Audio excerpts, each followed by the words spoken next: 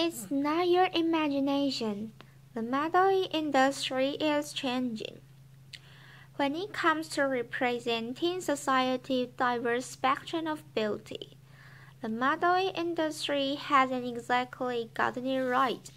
For a long time, it's promoted the negative ideal that very thin, white teenage girls epitomize high-end beauty, said Sarah Ziv, former model and founder of the Model Alliance, a non-profit organization dedicated to creating safe and fair working conditions.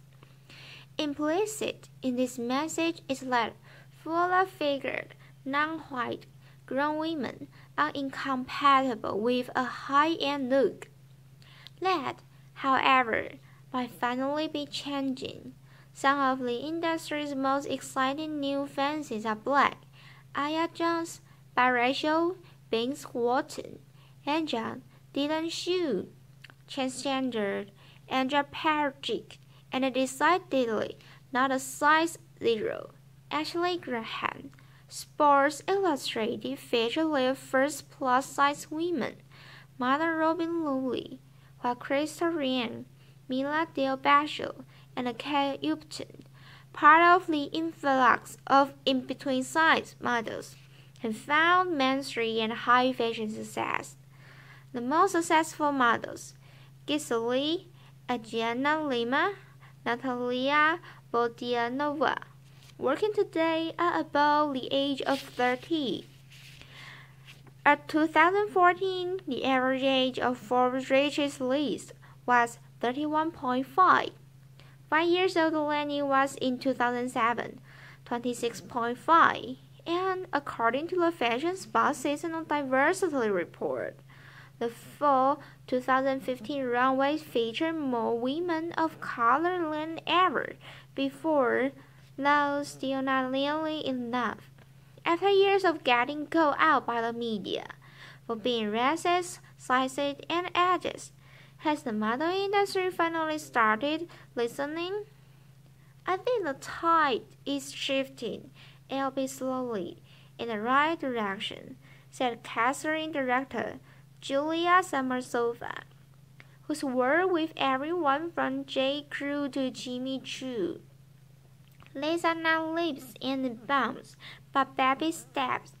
Runway models are still usually young and skinny, and unfortunately, they're still mostly white, as the Fashion Spot's diversity report reveals. 77% of models that walked the runways at New York Fashion Week were white, though that's down from 80% that season. So, while the figure is nothing to brag about, it's an improvement. Although we still have a ways to go, at least we are seeing incremental change in terms of increased racial diversity, said Ziv. Of the runway, things are a bit better. Models of different ages, ethnicities, and body types are booking lucrative and high-profile gigs, as brands cage onto the fact that most women don't aspire to be stick-thin teenagers. 100% the old and tired attitude that models must be young, has dramatically shifted, said Summersova. Women want to be inspired by other women, not little girls. They want to aspire to be themselves, only better, not necessarily younger. I think our perception of age is changing. I'm not sure a woman in her 40s wants to buy what an 18-year-old is selling. This is good news for models too, many of whom were forced into a adult situation at a young age. At the Model Alliance, we feel that adults, not children, should model clothing that is marketed to adults, said Ziv.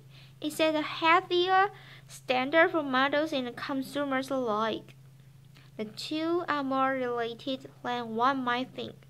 Traditionally, this explains the modeling industry has operated in a bubble with a very top-down, management style.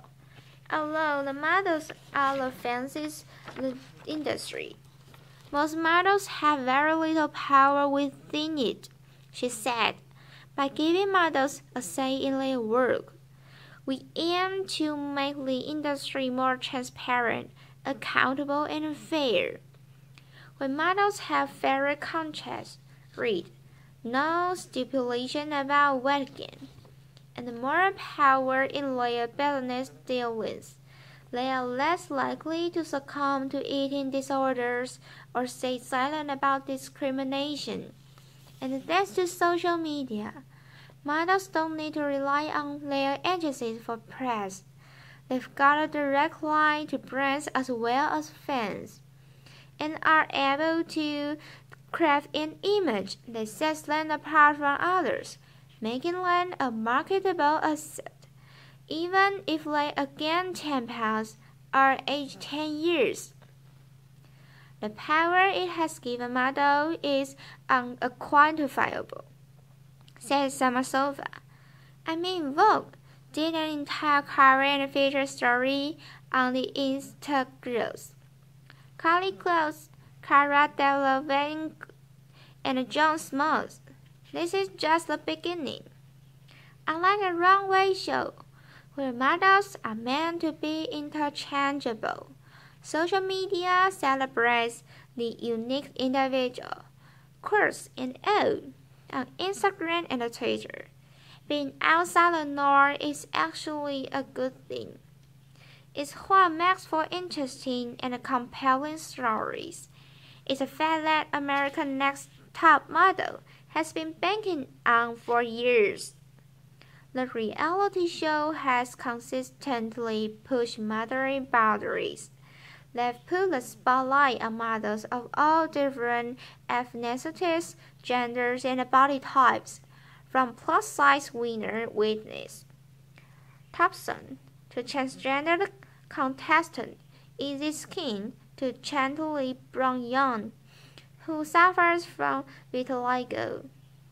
When we started the show, one of the mandates that Tyra had, as well as myself, being Asian-American, is that we wanted to move the ball an inch to explain the notion about what beauty was. Explains executive producer Ken Mock. Mock has witnessed how powerful an asset a unique point of view can be for a model. Frankly, a lot of the cast members who have been different, we are trans or who have Asperger's, wind up being the most popular characters on the show. ANTM might be one of the reasons the modeling industry has opened their eyes to different types of beauty. Indirectly, we've had an effect. We are really proud of that, said Mark. I do think that over the last 12 years, you've seen the picture change quite a bit in the modeling industry. The effect on public perception has been even greater. When you see something on TV, it's like saying, okay, it's permissible, said Mark. When people, especially young girls, see people on TV, they reflect who they are and what they look like. It has a positive effect. The biggest vehicle for change in the modeling industry, however, hasn't been the models or even the media, but the consumer. Designers realize the consumer is king and the consumer is everywhere, said Samasova. As an industry, we need to reflect that globalism. Also, the industry has now realized that a woman oversized 8 also wants to deserve to feel stylish and have access to designer and luxury items. There is a lot of money to be made dressing to oversized 8 population. This agrees that, thanks in part of conversations stated in the media, it's now become a bad PR move for a designer to not reflect a degree of diversity in their casting choices. Consumers have more power than they realize, said Ziv. Ultimately, the fashion industry is a business, and if consumers start buying clothing and beauty products from brands, they send negative messages through their advertising, or let mistreat their workers. These brands will be forced to evolve. Or, as Samsonova put it, the almighty dollar wins every time. Consumers interested in seeing a wider variety of beauty reflected in the pages of their magazines or on the runway would be wise to keep that in mind, because while these small improvements are reason to hope for more diversity within the modeling industry, we've still got a long way to go.